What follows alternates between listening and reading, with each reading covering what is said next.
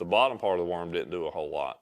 That Magnum finesse worm, the whole worm had a lot of shimmy to it when you'd pull it and shake it and stuff. So the whole worm, even down towards the head of it where the weight was, the whole worm is really getting with it. That was something that was really neat to see.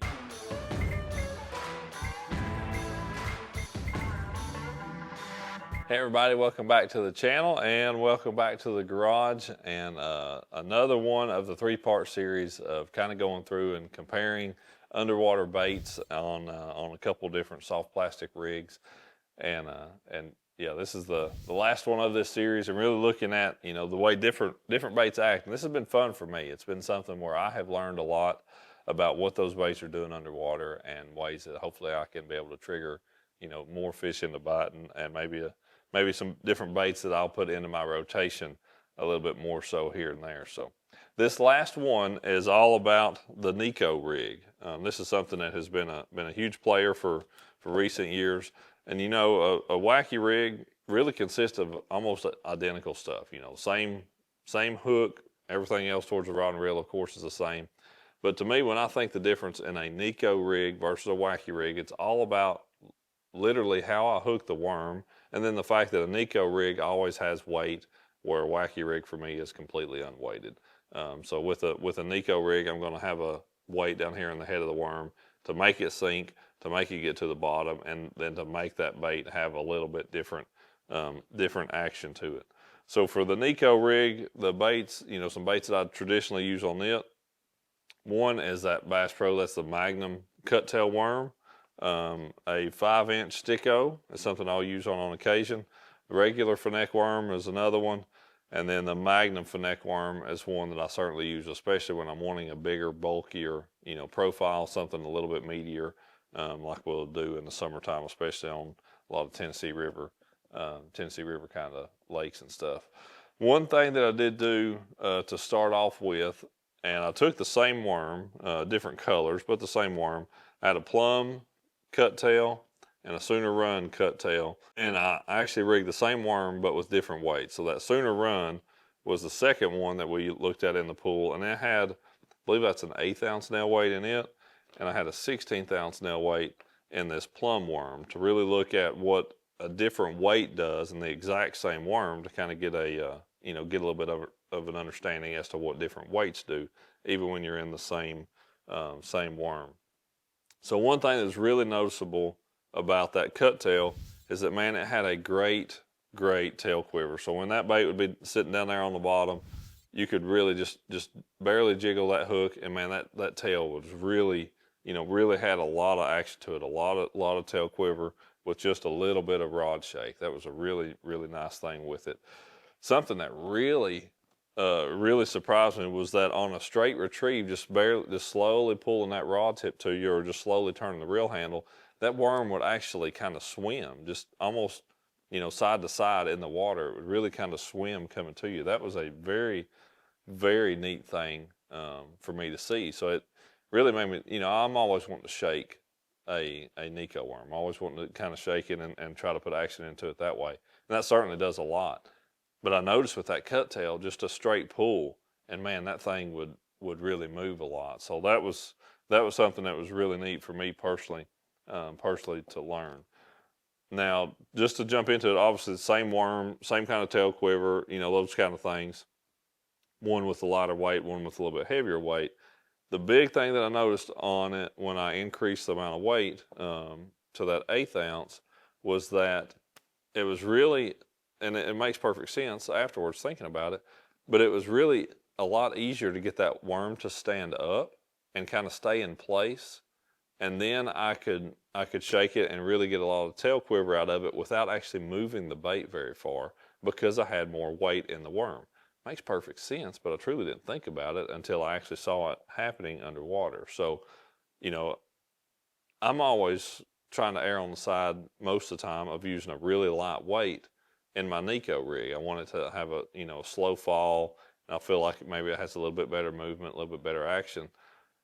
It's going to make me think about using a heavier weight a lot of times in a Neko rig than what I traditionally would have, because I can actually put that bait in there, have a heavier weight down on the bottom of it, and I can really aggressively shake that bait then and the worm have a tremendous amount of movement without going anywhere. So that's something that I really took away from this, of the whole Neko rig experiment and looking at this stuff underwater, that I definitely think there's times when a heavier weight is going to get a lot more bites, maybe even in shallow water, because of how much action you can put into that bait without it covering any distance. So that was something that I definitely learned a lot about this, in this process. So, yeah, so cut tail, two different weights in the same worm, definitely was a neat, neat experiment on it. So next up, the next one we looked at, and I think all the rest of these I had the 16th ounce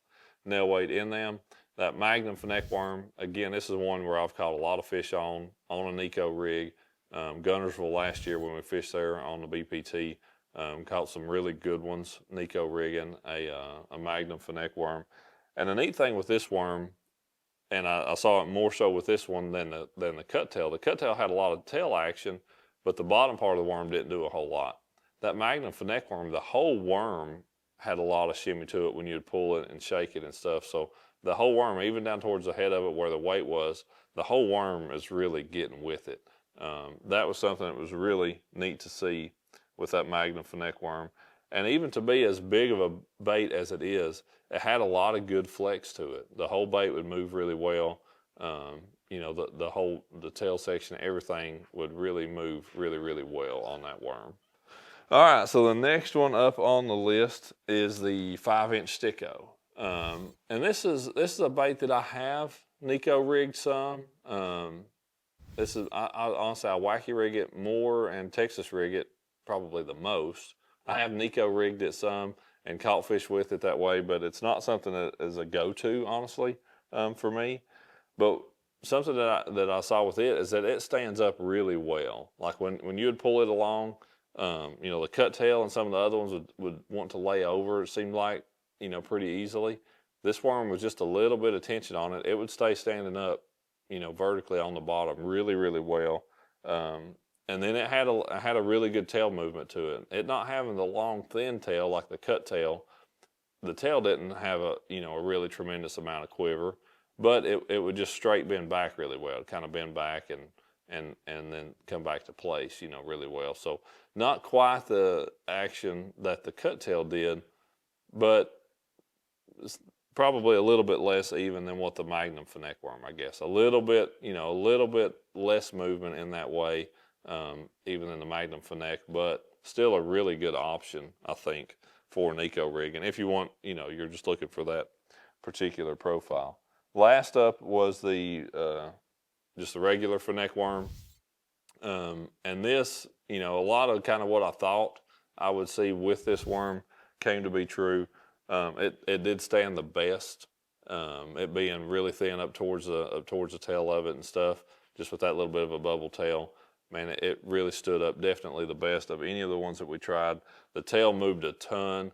Man, you could just little shakes of the rod tip and that back section, the tail of that worm would really shake a whole bunch. But one thing I did not see personally with it was that swim that the cut tail worm had. I think where the cut tail worm is perfectly round, for whatever reason, it allowed that worm, it would make that worm swim the way that it would on that more steady retrieve. I did not see that with the finesse worm like I did on the cut tail. So a lot of action, tail movement really good. Definitely a good option for a Neko rig. One thing with it, it is thinner, so with the weight in it, this worm definitely tears pretty easy, and something where you're going to go through quite a few of these, where a lot of these other ones are a little bit bulkier, and you're probably going to get a little bit more life out of them. That regular finesse worm, very thin, and definitely does, it will tear up a lot easier. And hitting on that tearing up part, Neko rigs, a couple things with them. For one, if I'm using a 16th ounce or less for sure, a lot of times even an 1/8 ounce, I like a lead weight. For one, they don't cost much, and two, them actually being a little bit larger. A 16th ounce tungsten nail weight is really small diameter, smaller length, all the above. It's easier to put it in the worm it's also easier for it to come out of the worm. So I'd like a lead weight, certainly up to a 1/16 of an ounce, because it is a lot bigger and it will actually stay in the bait better. You know, fish jumping, thrashing around, dude, if it's a 1/16 ounce nail weight, oftentimes he's just going to sling it right out of the worm, even if you keep the worm on there using, you know, a VMC, the pliers and the crossover ring. You know, even using that stuff, you're going to get a little bit more life out of your worm.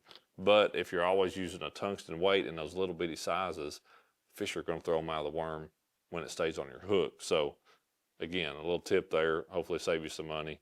Use those, just use the lead weights for the small stuff. When you start getting up to 1/8 or trying to go a little bit heavier than that, you almost have to go tungsten, but they're so much bigger that they're going to stay, you know, stay in the worm pretty well at that point in time. So just a little bit of a Neko rigging tip there to hopefully help you save a few bucks when you're fishing them that way. So this was, again, wrapping it all up, man, a really fun experiment for me personally, something where I definitely learned a lot. And if I was going to grade these, I would say the cut tail worm definitely is the #1 for these, for Neko rigging. I think the size of it's really good, and the way that it has that unique swim that it has on that steady retrieve really separates it from the rest of them. Magnum finesse, if I want a big bulky one, that's going to be the one I go to. So that would kind of be my 1 and 2 for Neko rigging, definitely most of the time. But thank y'all for watching. Be sure you like and subscribe, and we will catch you on the next one.